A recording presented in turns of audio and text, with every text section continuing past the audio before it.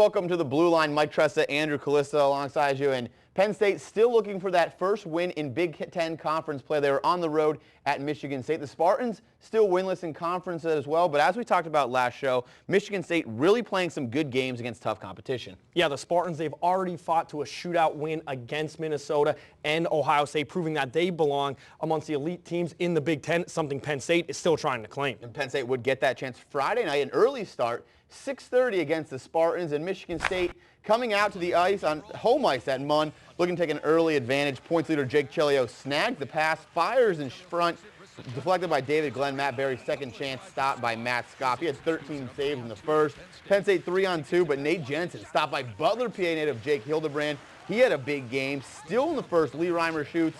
Scoff saves it, but right there in front, Dean Chelios sneaks around Connor Varley to get the rebound. 1-0. Take a look right off the glove of Scoff in front, unable to control it. That allows Chelios room to score. 1-0 advantage, same period. This time it's Eric Scheid trying to clear the puck, deflects it right to Greg Wolf, who flicks in the backhand. 2-0. That line doing big things for Sparty. As for Penn State, they couldn't do anything against Hildebrand. David Glenn, no on the shot. Then a breakaway. Great attempt for Jonathan Milley. Wide open, but unable to get it to go. Then Nate Jensen trying to go 5-hole, but blocked by Hildebrand. He made 48 saves. Penn State outshot the Spartans by 19, but unable to capitalize on any of their 3 power plays or score at all. Lee Reimer would add a late goal as the Reimer-Wolf-Chelios line all scored once in the 3-0 Game 1 shutout loss for the Lions. The Nittany Lions looking to bounce back in Game 2 and earn a split at Munn like they did last year against the Spartans. Penn State's best showing this season, mostly in Game 2 of the series. Captain Tommy Olczyk looking over his team before the contest. Sparty, though, out fast. Michael Ferrantino beats McAdam with this backhander. Michigan State up 1-0 in the first 2 minutes of the game. Kenny Brooks trying to even it up, but Hildebrand once again denies him. Was phenomenal in the series. We go under 2 minutes in the first. Luke Juha takes his pass off the boards, give and go, and he's going to find Taylor Holstrom right there in front, and we are all squared at 1. Finally, Penn State able to celebrate as they get 1 past Hildebrand, and we're going to go into the second period. Penn State skated pretty well, had some momentum. However, Tanner Sorensen's going to beat McAdam right there on the short side as McAdam lost sight of the puck. 2-1 Spartans. Once again, though, Penn State has to come back on the power play. We said they would have to score here. Juha from the point down to Scheid. Waited, you saw it, and then he beat Hildebrand top shelf to tie it at 2. Scheid's team leading 9th goal of the year. Could Penn State find a way to win this one up in Munn?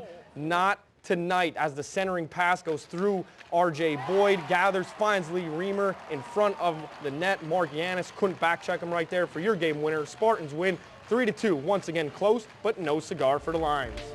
And here are the stats from the series. Penn State was outscored 6-2, but outshot the Spartans by 18. Not able to convert those chances. Credit that to Hildebrand. Good for the Lions, though, killing the penalties and cutting theirs down. The 5 for 21 inflated by a 10-minute game misconduct by Mark Yanis. So Lions looking good in that area. Just need to get that scoring up. Penn State 50th out of 59 teams in Division I hockey in scoring. That's something Guy Gadowski talked about. He said they're working on, and that was his topic in this week's Sounding Off, presented by Ace Hardware, State College. Yeah, oh, absolutely. It's something that we felt that we weren't doing a very good job of, and it's pretty much a staple of what we want our identity to be. But that being said, we have to do a much better job of creating traffic as well. So it's not just a matter of, I could run down a whole bunch of statistics for you on what shot totals mean towards wins, etc. So it is very important to us. It's how we want to play, but at the same time, we have to work really hard to get more traffic in front of the net and drive the net. And hopefully, as we work at getting to the net, it won't diminish our focus on shooting the puck.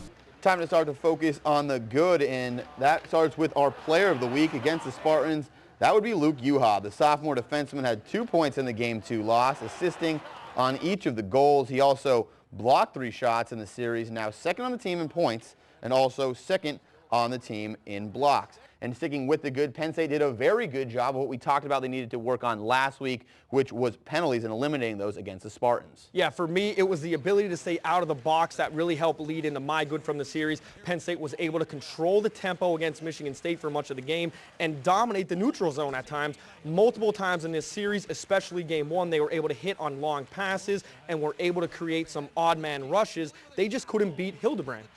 But with that, we have to go into the bad, and when you control the game and outshoot the opponent, there have to be some things that went wrong for the Lions, and for that, it was very clear what the number one bad was. Yeah, Mike, we talked about it earlier. Turnovers, yes, they happen, but it's when they happen, which is the key.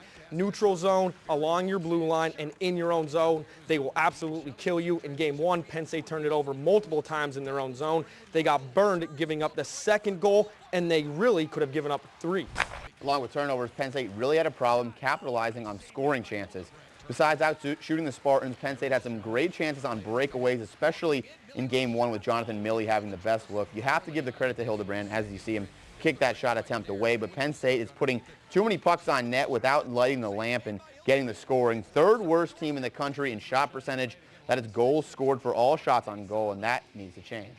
It's the return of a familiar foe from earlier in the season. As Boston College comes into Pagula, the Eagles had the Lions number out in Pittsburgh. We'll see what they need to do at home as the Blue Line rolls on.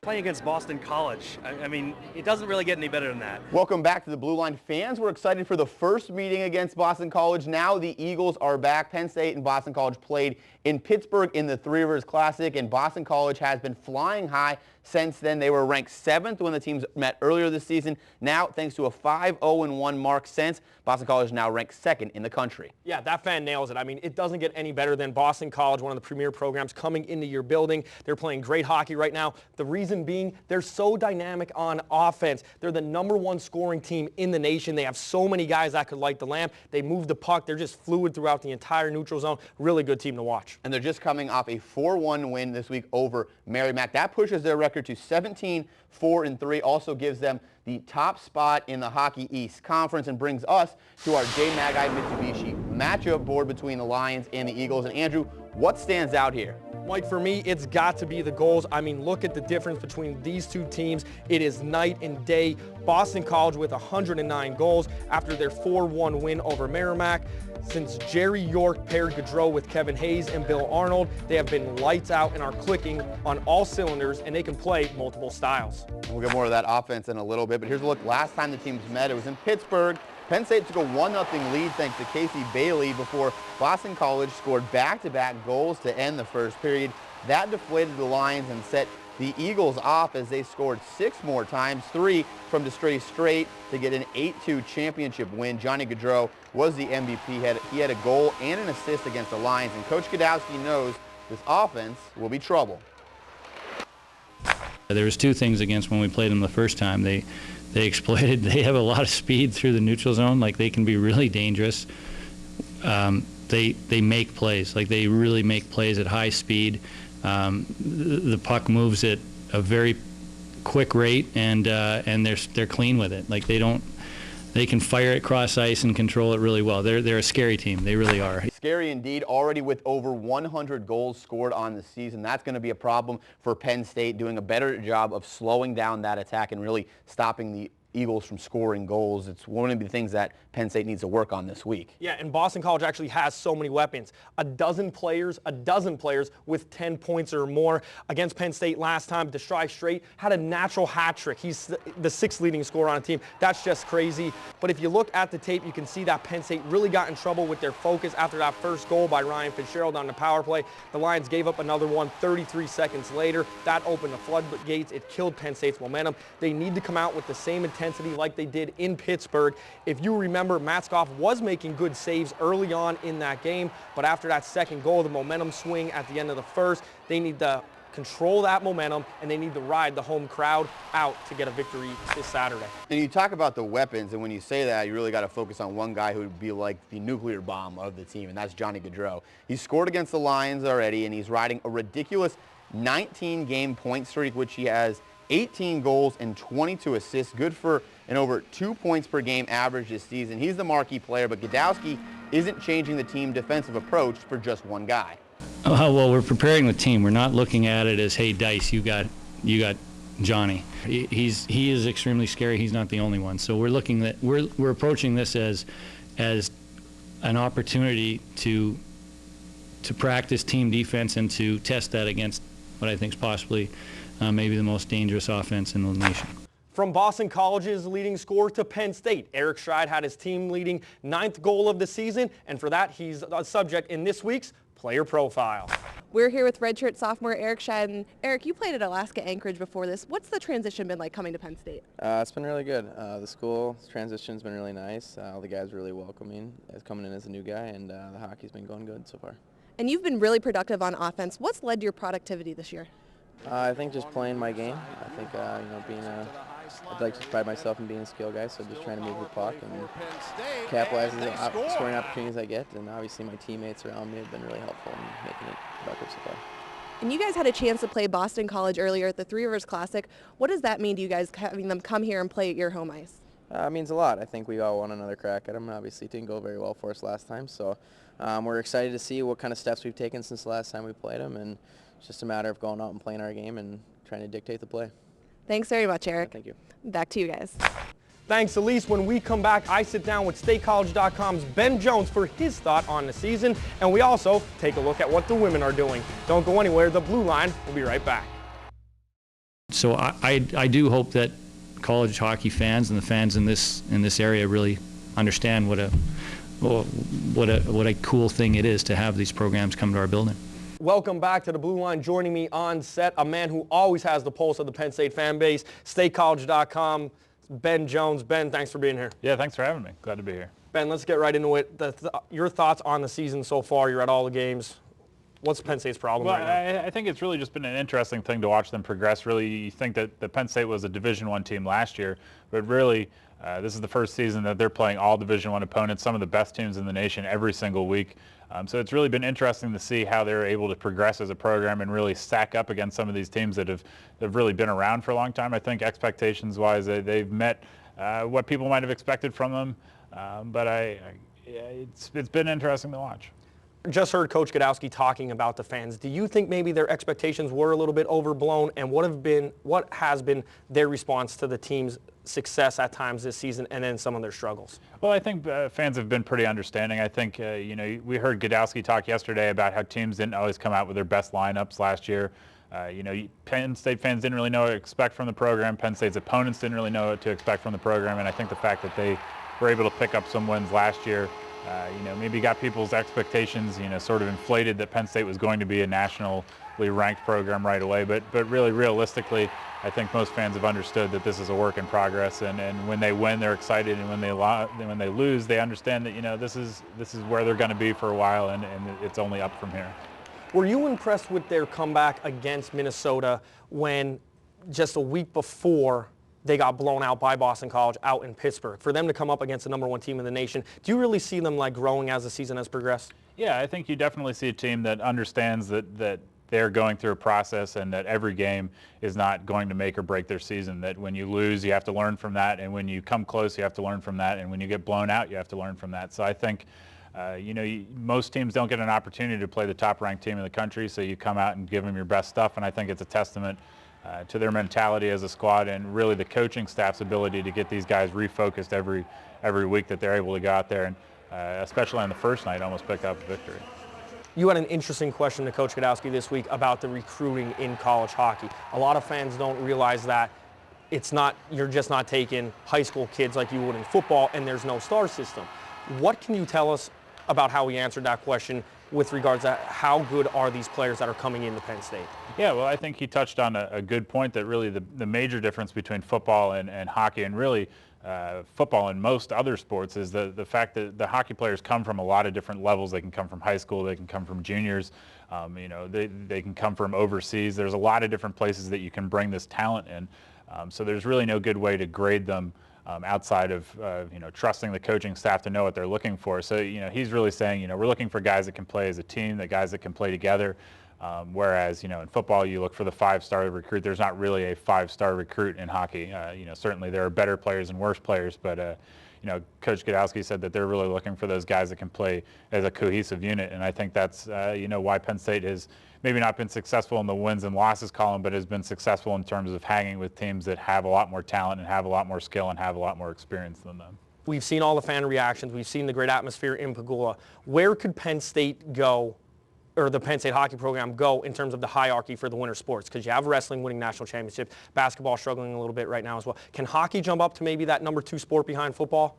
Well, I think it'll be interesting to see. I think, someone actually asked that question about was he worried, so to speak, that hockey was going to take over one of the winter sports hierarchies, as you said. And really, I thought he made a good point that hockey is a niche sport the same way that wrestling is a niche sport in the same way that people like basketball. So I think, there's no doubt that Penn State hockey is going to be able to succeed and be one of those winter sports that people look forward to. But in terms of taking over a spot, so to speak, I don't know if that'll ever happen, but certainly Penn State hockey has the ability to be a nationally ranked program that brings out a lot of fans. Ben, that's all the time we have for today. Thanks for being here. Yep, thanks for having me. Guys, you can catch all of Ben's articles at statecollege.com. Mike, what's going on with the women?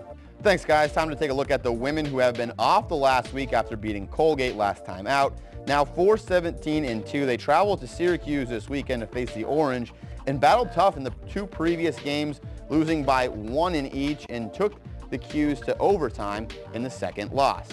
As the women's team comes along, credit the development of the young players, especially freshman forward Laura Bowman, who's now second on the team in goals scored and caught up with our Elise Murkowski in this week's player profile.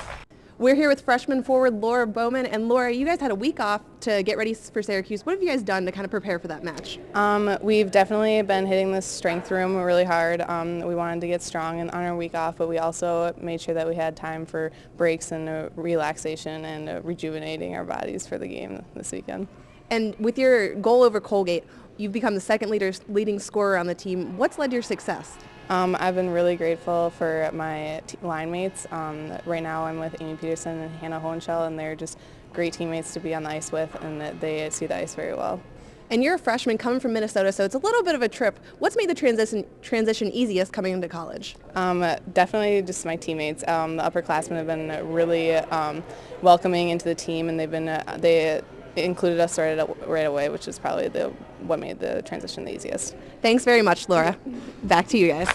And don't go anywhere. When we return, we take a look around the Big Ten, and including a game out in the elements between Minnesota and Ohio State. The Blue Line will be right back.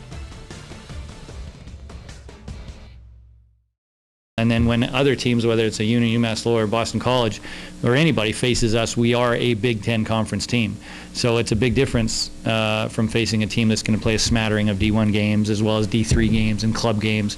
We're thought of much, much, much differently this year. And welcome back to the Blue Line. Penn State not off to the best start in the Big Ten so far. 0-6 in conference play, but really getting the best from all the opponents they've faced so far. Yeah, that's what Coach Godowski was just talking about. It's a completely different attitude from their opponents that they faced last year compared to the opponents that they're facing this year. And Penn State, they're still able to come up with some close games and play really good hockey. Yeah, and come up with some big plays as well. And we start with the big play as the Aaron's amazing save of the week from the past week.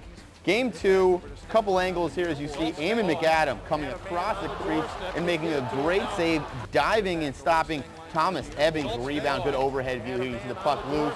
Ebbing has a chance, but gets the glove out there. McAdam and stops at one of his 29 saves in Game 2. And the code crunch of the week goes to Ricky DeRosa, who got Brock Krieger right in front of the Penn State bench. You could see that got the guys up. Good technique. Avoids the penalty, always key on the big hits.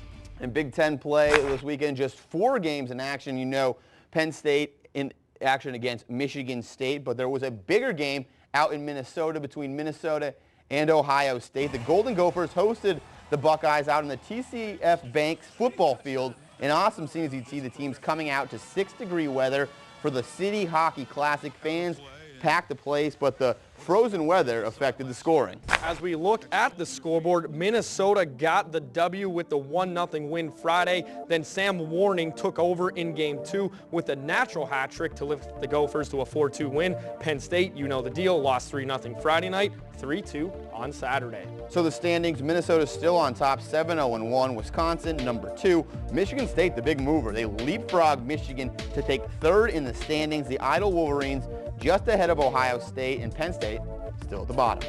Busy weekend in the Big Ten this week. Starting tonight, Michigan and Michigan State playing at Joe Louis Arena in Detroit. Then Friday back in East Lansing. Ohio State with Friday and Saturday games at the Kohl Center against the Badgers. Minnesota in the North Star College Cup facing St. Cloud, Minnesota State, Minnesota Duluth in that as well, and Penn State with just a one game against the Eagles.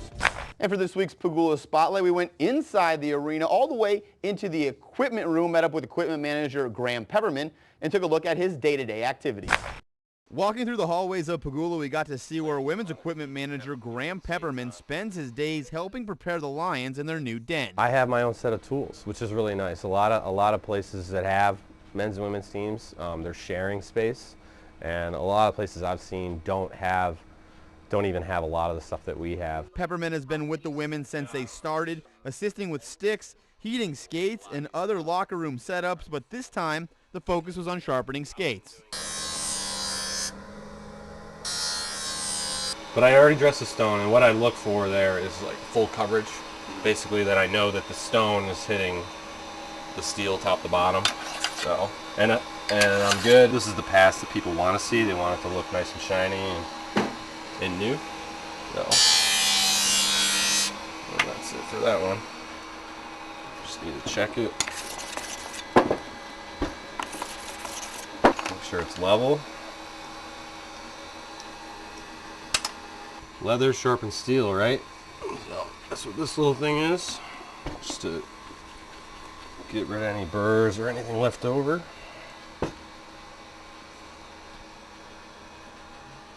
We're done. It's left up to the player. I mean, some people like them done once, twice a week. Some of the girls I see once a month, maybe. Obviously, the girls that play more shifts per game get their skates done more often. This week on the Health South Nittany Valley Injury Board, no injuries to report, some broken bones, but that's hockey according to Godowski. The men will have to be ready in full strength to come out facing a tough Boston College team. What's your key looking at one last look at this game ahead? Wipe your memory clean. What happened out in Pittsburgh does not matter to what's going to take place Saturday night in Pegula. And whatever happens Saturday, it'll be Saturday night at Pegula. The number 2 team in the country takes the ice at 7 o'clock against the Lions. That'll do it for this week's show. The Blue Line for Mike Tressa, Andrew Calista. We'll see you guys next week.